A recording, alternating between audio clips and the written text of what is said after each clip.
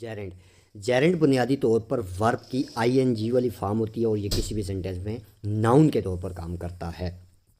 मिसालें देख लेते हैं। Parking is not allowed here. अब यहाँ पे parking as a noun work कर रहा है, ये जेरेंड है।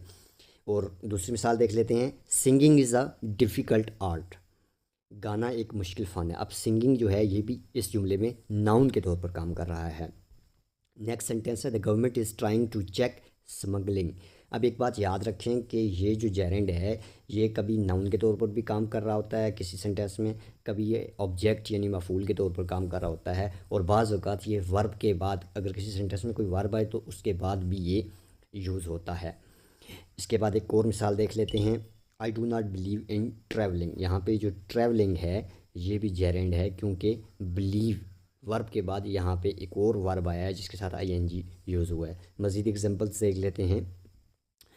Drinking is a sin in Islam. Drinking भी यहाँ पे जेरेंड है क्योंकि ये नाउन के तौर पर इस्तेमाल हो रहा है। इसके बाद देख लेते हैं। Reading improves your knowledge. Reading यहाँ पे जेरेंड है क्योंकि ये नाउन के तौर पर आ रहा है। Playing cricket is his passion. She enjoys dancing at weddings. Learning English helps in getting good jobs. अब हम जेरेंड का यूज़ देखते हैं, इस्तेमाल देखते हैं कि ये कहाँ पे इस्तेमाल होता है। जेरेंड एज अ सब्जेक्ट यानी फ़ाइल के तौर पर इस्तेमाल होगा। रीडिंग इज़ फन, यहाँ पे देख लें जेरेंड एज अ सब्जेक्ट यानी फ़ाइल के तौर पर इस्तेमाल होता है। फ़ाइल से मुराद होती है काम करने वाला।